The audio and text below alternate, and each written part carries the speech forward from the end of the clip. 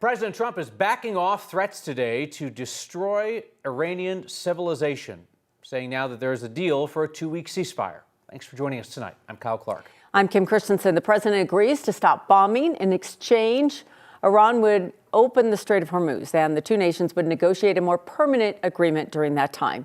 9 News anchor Phil Lipoff is here with why it seems not everyone is on the same page.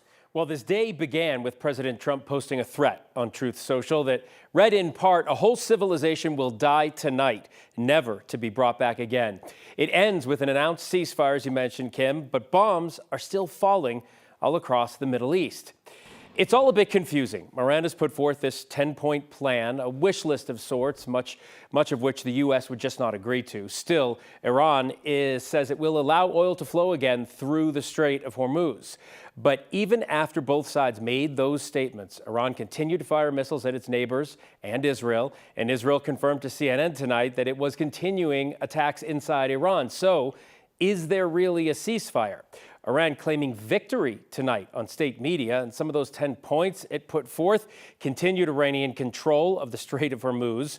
Their nuclear program continues to move forward. The U.S. withdraws troops from the region and then pays Iran for damage it has caused over the last 2 months.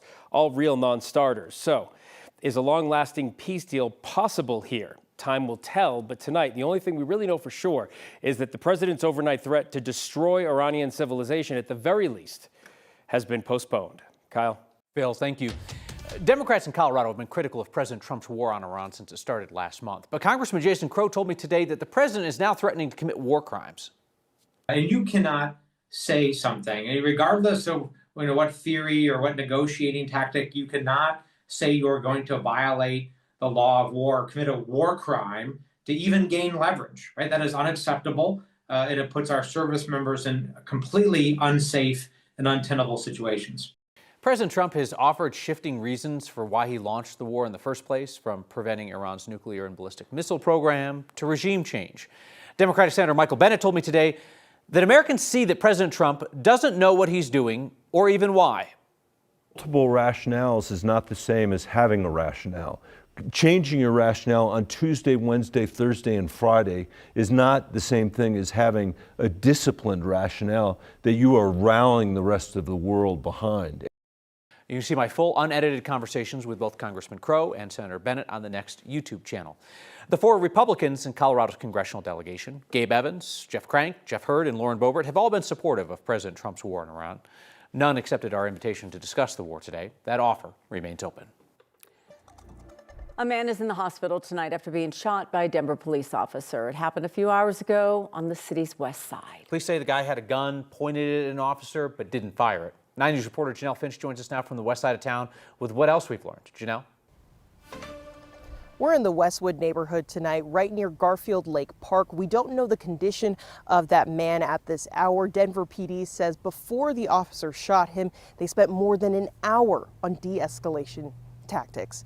The department says that they responded to a call for a man with a gun near Quitman and Perry just before 4 p.m.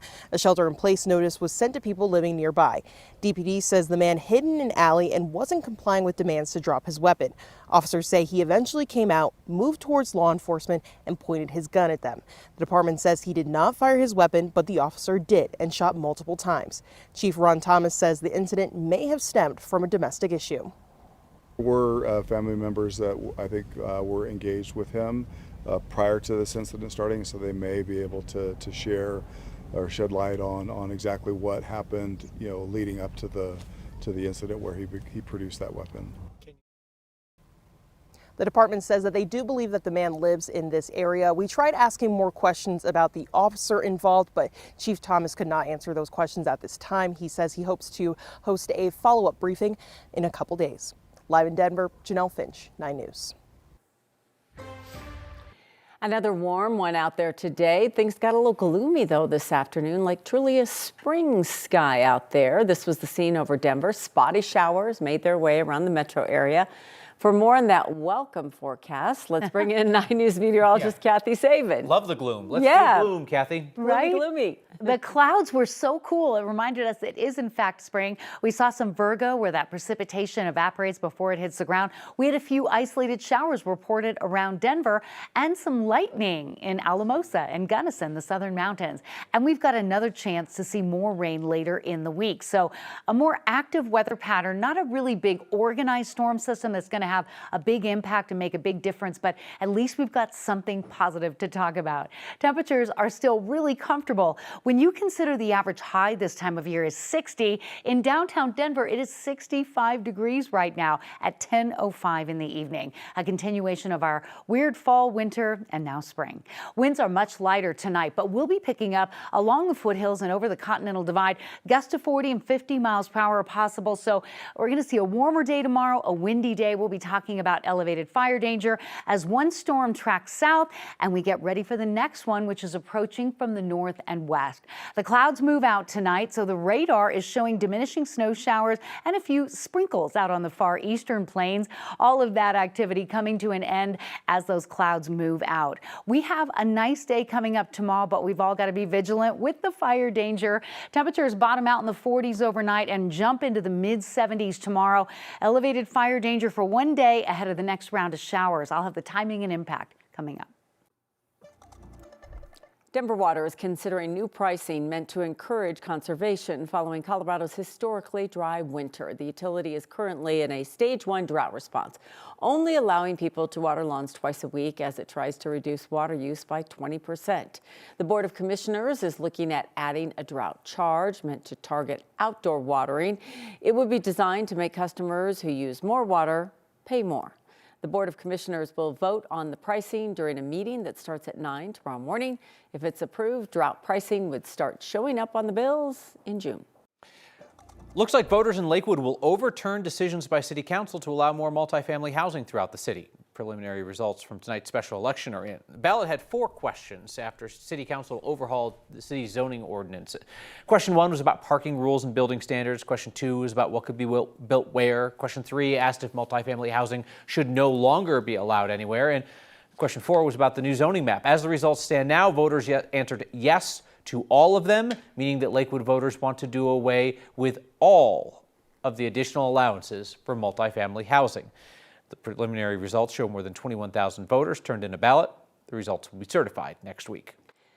The family of a couple hit and killed at the same intersection roughly 2 years apart are taking their concerns directly to local leaders. Jerry Goldberg fought for a traffic light at East Bellevue in South Franklin after his wife Andy was killed while out for a run in May of 2024. Then last month, he died in a crash at the same spot. In recent weeks, calls for increased safety have grown louder. And tonight, the Goldbergs' family members spoke in front of the Cherry Hills Village City Council. Their nephew described the empty seat where Jerry would have sat at the family's Passover Seder and asked local leaders to come up with a solution to make the intersection safer. They lived in this neighborhood for 32 years. They knew these streets. They were careful people who I'm sure also thought it would never happen to them until it did. Please, let's determine how this intersection can be made safer, not keep asking if it needs to be made safer. For Jerry, for Andy, and so the next time a family gathers around a table, there are no more empty seats. Some neighbors have come out against a traffic light, arguing that adding a light would lead to increased traffic on residential streets. Because that intersection impacts 2 cities, Greenwood Village and Cherry Hills Village, leaders there have to work together on a possible solution. The CU quarterback killed in a crash last month had alcohol in his system at the time, according to a newly released report from the Boulder County coroner. 23-year-old Dom Ponder was driving his Tesla on Baseline Road in Boulder County when he lost control on a curve. His autopsy shows his blood alcohol content was 0.167, double the legal limit to drive. We should mention post-mortem BACs can sometimes be different than the levels before death. Today, Coach Deion Sanders began his press conference with a statement from Dom's mother, encouraging young people to learn a lesson. Legacy should be to encourage kids to make responsible choices and have hard conversations. Reminder to everybody, don't drink and drive. Don't be afraid to take the keys. CSP is still investigating the cause of the crash and told us they have not ruled out alcohol impairment. A man accused of shooting at a dozen vehicles with a BB gun in Fort Collins is not allowed to have guns for nearly a year. Police arrested 55-year-old Jamal Lorius late last month. It was after a months-long investigation into cars being shot at along South Shields Street. Police say he caused more than $15,000 worth of damage.